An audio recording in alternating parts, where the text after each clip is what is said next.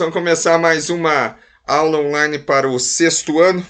Então, muito bem, corre lá, pega a sua apostila do 3º bimestre, vou dando aqueles avisos. Se você ainda não realizou a atividade avaliativa, realize lá a atividade avaliativa do 4º bimestre. O tempo ele está se acabando.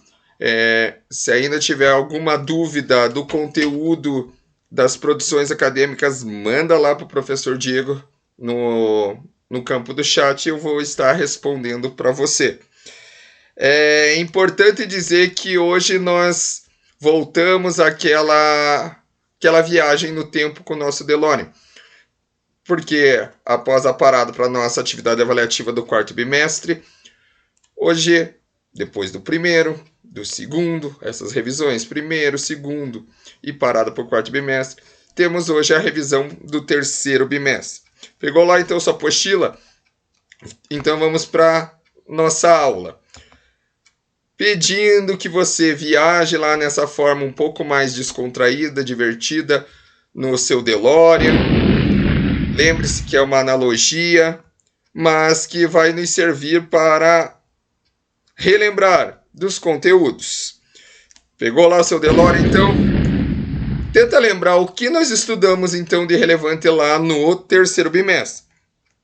Se você voltar no tempo, você vai ver que o 3º bimestre tinha alguns conteúdos interessantes. Por exemplo, o que é um esporte de invasão e de marca.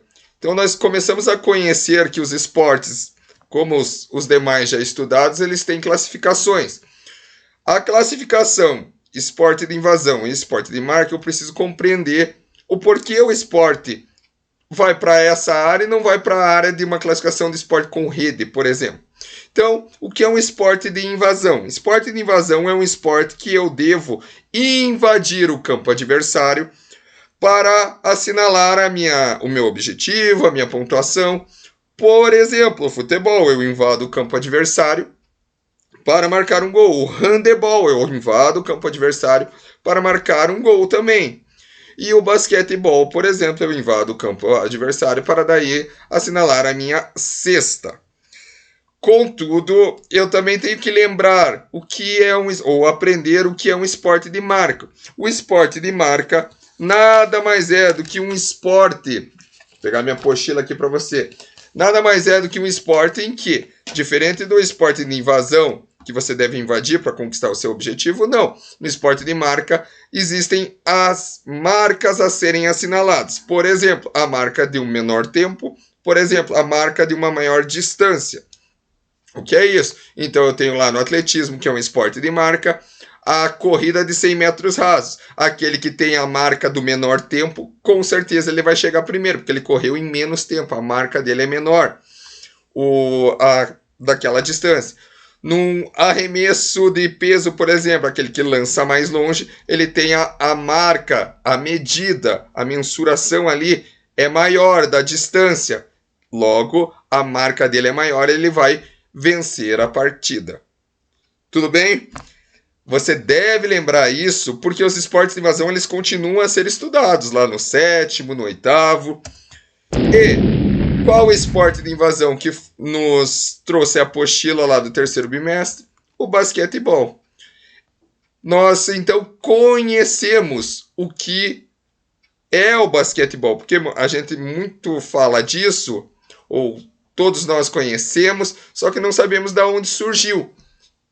E a história do basquetebol é bem interessante, então eu tinha que guardar alguns aspectos, alguns nomes, de um jeito bem simples. Quem criou o basquetebol foi um professor de educação física, James Naismith. Eu preciso saber o porquê ele criou. E esse porquê está no histórico.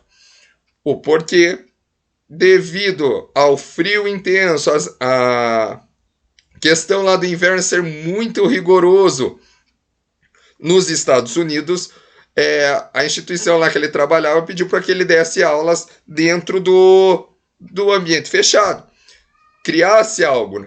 Então ele foi lá, pegou cestas de pêssego e uma bola, como se fosse uma bola de futebol, porque não existia bola de basquete na época, ele não podia pegar uma bola de basquete, o basquete nem tinha sido criado. Ele pegou uma bola, uma câmera lá de uma bola de futebol e criou esse jogo que você lançava essa bola dentro desses cestos de pêssego. Daí que vem a nomenclatura do ponto, né? Porque o ponto nada mais é do que a cesta do basquete. No entanto,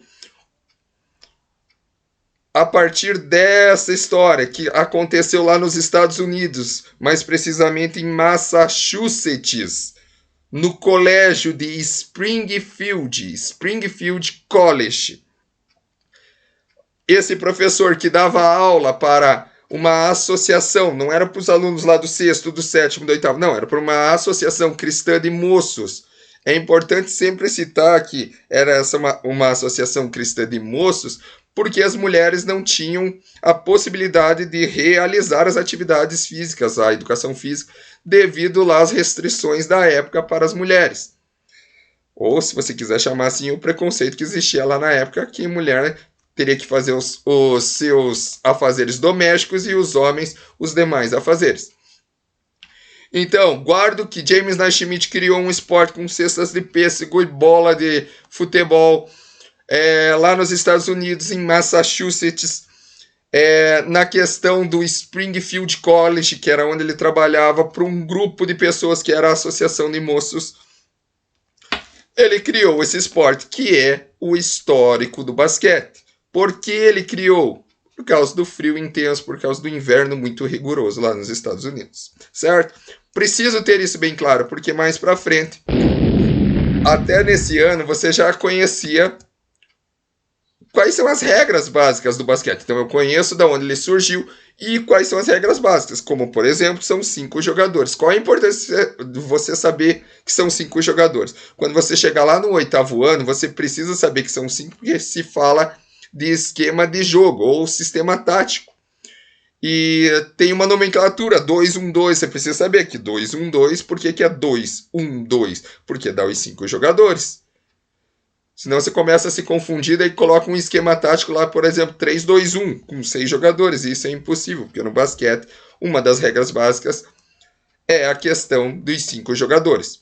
Outra regra é a questão da pontuação. A pontuação ela pode ser num lançamento fora ali da linha dos 3 pontos. 3 pontos. De dentro do garrafão ou ali de dentro da linha dos 3 pontos vai valer 2 pontos. E um lance livre ele vale 1 ponto. Então a pontuação do basquete ela pode ser de 3 pontos, 2 pontos ou 1 ponto. A nossa apostila ainda falava sobre os esportes de marca, como eu citei lá. E ela cita um pouco a questão de arremessos, de lançamentos, quais são as provas. E eu preciso saber que os esportes de marca, geralmente, eles são na forma individual, diferente do esporte de invasão aí que a gente comentou, que era o basquetebol.